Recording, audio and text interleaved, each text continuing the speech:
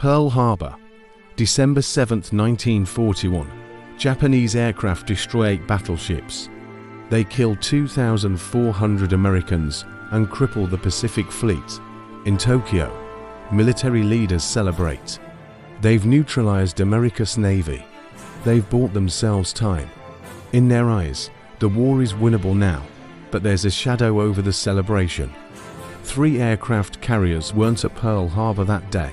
They were at sea, hunting, and thousands of miles away, in Detroit, Pittsburgh, and Seattle, American factories are about to start running 24 hours a day.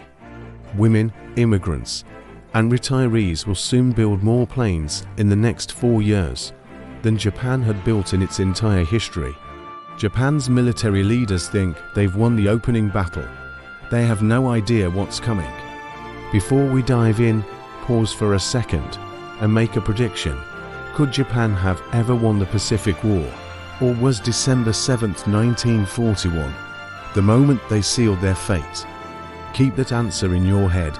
By the end, you might change your mind. To understand why Japan attacked Pearl Harbor, you need to understand the trap they were in, the oil crisis.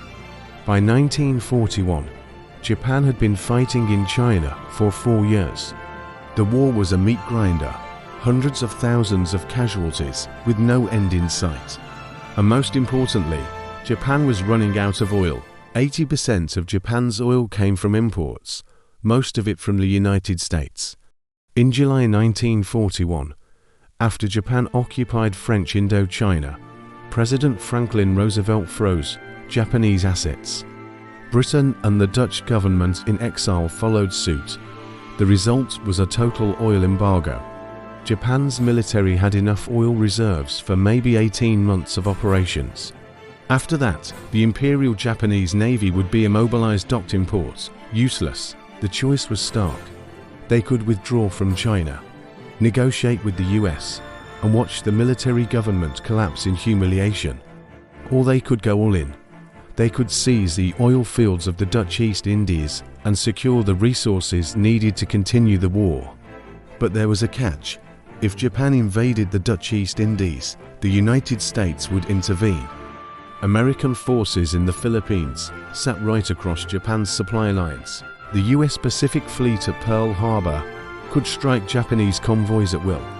Japan couldn't secure the oil without neutralizing American power first, so they decided to strike first.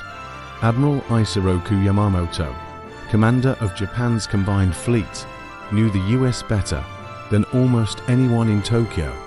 He had studied at Harvard and served in Washington. He knew Japan couldn't win a long war.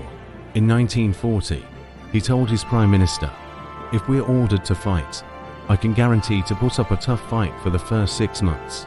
But I have absolutely no confidence as to what would happen if it went on for 2 or 3 years." Yamamoto understood the math. America had twice the population, and its economy was 5 to 7 times larger. American steel mills were producing 13 times more steel than all of Japan combined. The Japanese plan wasn't to conquer the United States. It was a plan to make the war too expensive for America to continue. The theory was to hit the Pacific Fleet so hard it would be crippled for a year. In that time, Japan would seize its southern resource area, build a defensive perimeter of fortified islands, and wait for the American counterattack. The cost in American blood would be so high that a war-weary US would negotiate a peace. It required one critical assumption: that Americans lacked the will to fight a long, brutal war. That assumption was catastrophically wrong. The attack itself was a tactical masterpiece. Within 2 hours, 8 battleships were sunk or damaged. But look at what the Japanese bombers missed. Pearl Harbor's massive fuel storage tanks, holding millions of gallons of oil, sat intact. The repair docks that would raise those sunken ships were undamaged. The submarine base was fully operational. Most critically, American public opinion, which had been divided, unified instantly. America wasn't going to negotiate. America was going to fight. And that changed everything. Because modern wars aren't won by tactics, they're won by factories. Let's look at the real numbers, the ones that decided the war before a single shot was fired. Steel. In 1941, US mills produced 75 million tons per year. Japan managed 7 million. In 1 month, America produced more steel than Japan produced in an entire year. Aircraft. Between 1941 and 1945, American factories built 354,000 aircraft. Japan built 76,000. In 1944 alone, the US built 96,000 planes. That is more than Japan built during the entire war. Warships. The gap is almost absurd. The US launched 147 aircraft carriers during the war. Japan built 18. While Japan had 3 carriers under construction in 1943, American shipyards had 22 Essex-class fleet carriers on the way. Japan's strategy rested on the Russian precedent. In 1905, Japan had defeated the Russian Empire after destroying their fleet at Tsushima. Russia, exhausted and facing internal unrest, negotiated. Japan thought the same logic would apply to the US, but the United States in 1941 wasn't Tsarist Russia. It was an industrial powerhouse with the capacity to fight a 2-ocean war against Germany and Japan simultaneously. June 1942, Midway Island. Exactly 6 months after Pearl Harbor, just as Yamamoto predicted. In 1 day, Japan lost 4 fleet carriers and over 3,000 men. But the loss of ships wasn't the biggest disaster, it was the loss of pilots. You can build a carrier in a year. You can't train a carrier pilot in a year. In 1941, Japanese pilots were the best in the world, with 700 hours of flight training. By 1944, new Japanese pilots were being sent into combat with just 40 hours of training. Barely enough to take off and land. American pilots, meanwhile, were graduating with over 500 hours. By the Battle of the Philippine Sea in 1944, the disparity was so great it became known as the Great Marianas Turkey Shoot. Japan lost 600 aircraft in 2 days. The Imperial Japanese Navy still existed on paper, but as a fighting force, it was finished. Here is the fundamental reality. Japan's strategy required the US to quit. But the US doesn't quit wars that start with a surprise attack.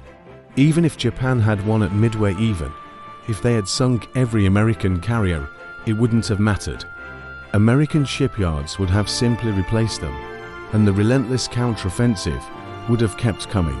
By 1945, more than half of all industrial production in the entire world was taking place in the United States. Japan's economy was running at maximum capacity just to survive, while American production was still growing. Yamamoto spent the day after Pearl Harbor in a deep depression while his staff celebrated. He knew viscerally that he had just guaranteed Japan's defeat. But Japan attacked anyway, because the alternative, withdrawing from China, was politically impossible for the military government. They chose to bet on hope instead of math. They chose to believe that ideology could override industrial reality. So, back to the question I asked at the start, was Pearl Harbor a rational calculation, a desperate gamble, or strategic suicide? It's a question where smart people disagree, and I want to know where you stand. Leave your answer in the comments. Japan tried to win an economic war against an adversary that could replace 10 tanks for everyone Japan built. It was never a contest. It was never even close. If this changed how you think about history, hit that like button and subscribe for more deep dives into the systems that actually shape the world.